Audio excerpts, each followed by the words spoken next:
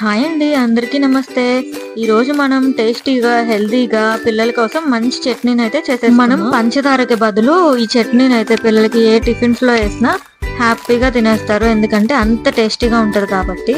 దీనికోసం కొన్ని పల్లీలు, కొన్ని బాదం పప్పు, కొన్ని జీడిపప్పు వేసి బాగా వేపుకోవాలి, ఎందుకంటే ఇవి కొంచెం లేటుగా వేగుతాయి కాబట్టి.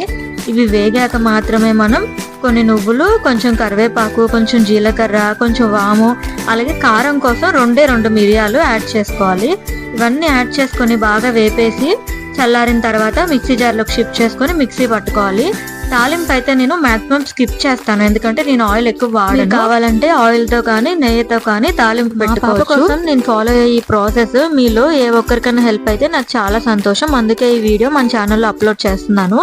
ఇలాంటి ఎన్నో లేటెస్ట్ అప్డేట్స్ కోసం మన ఛానల్ అయితే సబ్స్క్రైబ్ చేసుకోండి. అందరు చూస్తున్నారు కానీ సబ్స్క్రైబ్ చేసుకోవట్లేదు, ప్లీజ్ సబ్స్క్రైబ్ చేసుకోండి ఫ్రెండ్స్.